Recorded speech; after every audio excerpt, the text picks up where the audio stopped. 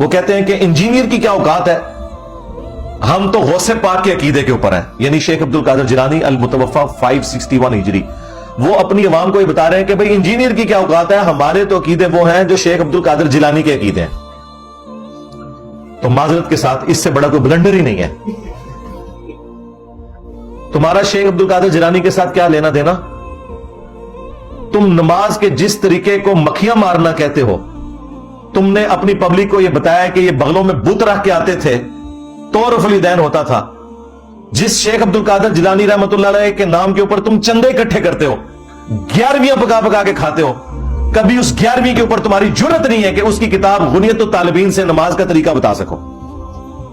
اس میں وہی طریقہ لکھا ہوا ہے جو بخاری اور مسلم میں, رکوع میں جاتے وقت اور رکوع سے اٹھتے وقت رفع الیدین کے ساتھ نماز پڑھنا. تو تم غوث پاک کے عقیدے پہ کہاں سے آگے بھائی؟ اسی کتاب غنیت الطالبین میں تمہارے غوث پاک نے اور ہمارے عبد القادر جیلانی رحمۃ اللہ علیہ نے تم حنفیوں کو گمراہ جہنمی فرقہ لکھا ہے.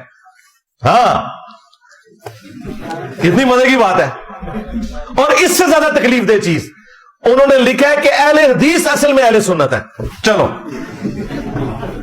2 چھکے مار کے گئے نے دونوں, اور یہ چھاپی بھی ہے خود بریلویوں نے. نماز کا طریقہ, عقیدے وہ تو تمہارے والے ہے ہی نہیں تھے.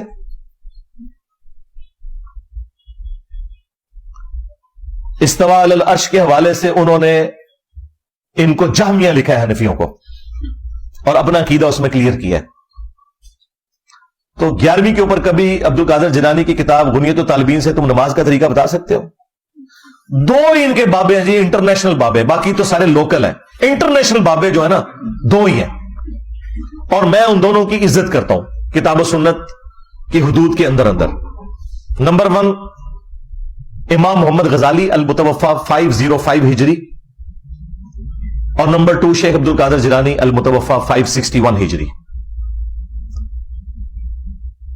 اور مزے کی بات, امام غزالی نے اپنی کتاب کی میعاد سعادت میں اور شیخ عبد القادر جیلانی نے اپنی کتاب غنیت الطالبین میں نماز کا وہی طریقہ لکھا ہے جو بخاری اور مسلم میں ہے, رکوع میں جاتے وقت اور رکوع سے اٹھتے وقت رفع الیدین کر کے نماز پڑھنا. اب مجھے بتائیں, یہ جو یہ کہہ رہا تھا کہ انجینئر تیری کیا اوقات, ہم غوث پاک کے عقیدے کے اوپر ہے, تمہاری تو نماز ہی غوث پاک والی نہیں ہے. اور اگر تم یہ کہتے ہو کہ نہیں وہ تو حنبلی تھے, تو یہ بھی جھوٹ ہے, انہوں نے کہیں نہیں لکھا کہ میں حنبلی ہوں. اور دوسری بات, تمہارا پیران پیر تو حنبلی ہے, تو تم حنفی کیوں ہو؟ اور پیران پیر کو پوری زندگی یہ پتہ ہی نہیں چلا کہ نماز کا سنت طریقہ کیا تھا جو تم حنفیوں کو سمجھ آ گیا. بتاؤ مرید کی نماز ٹھیک ہے یا پیر کی؟ آپ کو تو کہتے ہیں فنافی شیخ ہو جاؤ, تو کیوں نہیں ابھی تک فنافی شیخ ہوا؟ ہاں, یہ ان کی لینگویج میں انہیں جواب ہے. ہم تو فنافی شیخ ہیں, ہمارے شیخ تو وہ ہیں جن کی قبر مدینے میں صلی اللہ علیہ وآلہ وسلم, جو ہمارے باپ بھی ہیں روحانی طور پہ. النبی اولا بالمؤمنین من انفسہم وازواجہ امہاتہم, نبی مومنین کی جانوں پر ان سے بڑھ کر حق رکھتے ہیں, اور نبی کی بیویاں امت کی مائیں ہیں. لیکن تم فنافی شیخ کیوں نہیں ابھی تک ہوئے کہ تم غوث پاک کی 11ویں جو پکا پکا کے کھا رہے ہو اور تونے بڑھا رہے ہو, کبھی اس 11ویں کے اوپر غنیت الطالبین کھول کے غوث پاک کی نماز کا طریقہ بتا